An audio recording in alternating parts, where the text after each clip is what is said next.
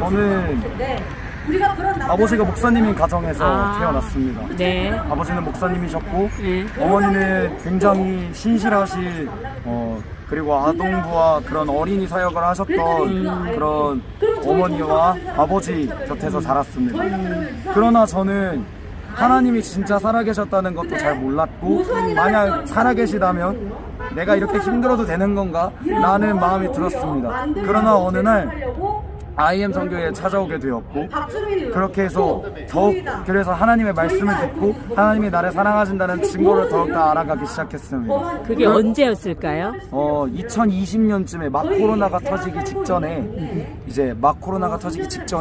이제 이제 그 캠프에 가서 캠프에 가게 되었고, 그 캠프에서 이제 이 학교를 다니면서 조금 더 말씀 알아가고 싶다라는 마음이 들어서 그때 2020년 3월 달쯤에 입학을 하게 되었습니다. 그래서 입학을 해서 이제 더욱더 말씀을 알아가고, 그 말씀을 알아간과 동시에 내가 말씀을 알아간과 동시에 실력까지 쌓아가는 그런 학교에서 함께 살아가고 있었습니다. 근데 그러던 어느 날 문득 의문이 들었습니다. 하나님이 날 진짜 사랑하실까? 그러나 근데 그런 때에 이렇게 얘기를 하는 거예요. 또 한 번에 막 오는 그런 건 없었지만 여러 삶을 살아가고, 그렇게 삶을 살아가다 뒤를 돌아보니 하나님이 사랑하셨기에 내가 이런 삶을 살아갈 수 있었던 거구나.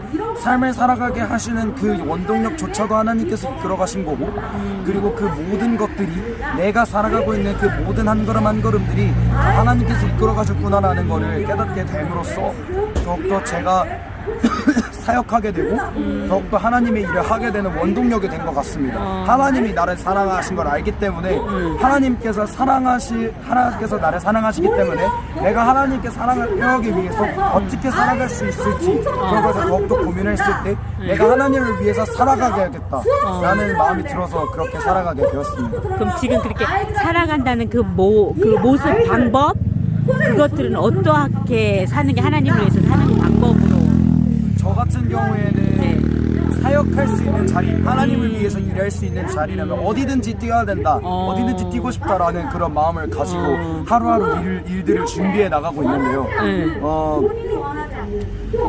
학교에서 일이 들어오는 것들은 정말 최선을 다해서 하고 있고, 그리고 이제 교회에서도 특히 교회에서는 교회에서 일을 맡기거나 이런 걸 도와줬으면 좋겠습니다 라고 하는 거는 얼마든지 가서 도와드리고, 그리고 교회에서 이야기를 할 수 있고 내가 이렇게 했어야 좋겠습니다라는 리더의 자리에서 최선을 다하려고 노력을 하고 있습니다. 그렇게 해서 더욱더 하나님의 일을 해나가는 것은 물론 앞에서 끄는 리더십에도 중요하지만 그러나 그 뒤를 따라가는 팔로우십에도 굉장히 중요하다고 저는 생각을 해요. 그러나 저는 리더십으로서 먼저 보여주고 그렇게 살아가고 있습니다. 물론 안 되고 지치고 그럴 때가 사람인지라 있지만, 그러나 그렇게 지치고 넘어질 때라도 주님 제가 다시 일어나겠습니다, 주님 내가 다시 살아가겠습니다 라고 다시 일어나는 그런 연습을, 그런 삶을 살아가려고 노력하고 있습니다. 그런 과정 속에서 오늘 여기 지금 평등법, 차별금지법에 대해서 이제 지금 기자회견에서 오셨잖아요, 기탄대에.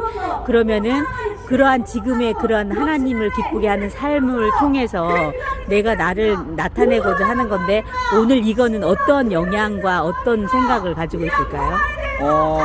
어렸을 때부터 제가 2018년부터 수원에서 살면서 항상 이제 광화문 집회라든지 그런 걸 집회를 항상 이제 엄마 따라 아빠 따라 항상 참여를 했었어요.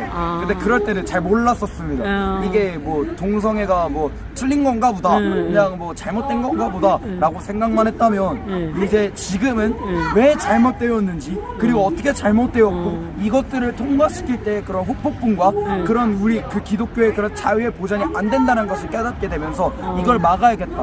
그리고 이제 처음에는 선교사님의 권유가 있었어요.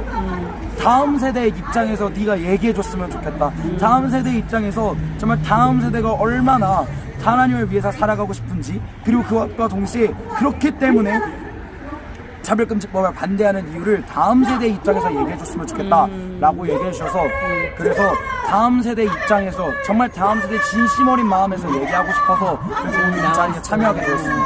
그럼 이제 이 방송을 듣는 우리 같은 세대 젊은이들, 지금 실례지만 나이가 어떻게 되나요? 16입니다.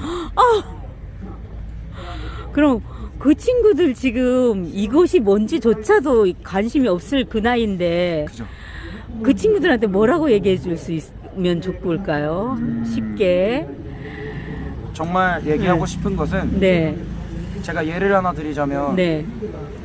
만약에 음. 당신이 결혼을 해서 애를 낳는다고 생각을 해봅시다. 근데 당신의 자녀가 커서 결혼을 한다고 와이프나 남편을 데려왔는데 동성이면 어떤 마음이 드시겠어요? 여러분들의 삶 속에서 한번 빗대어 보셔서 한번 생각해 보셨으면 좋겠어요. 나는 그렇게 됐으면 좋겠어라고 생각하시는 부모님도 간혹가다 있으신데 그러면 제가 이렇게 얘기하고 싶습니다. 한 생명은 소중합니다.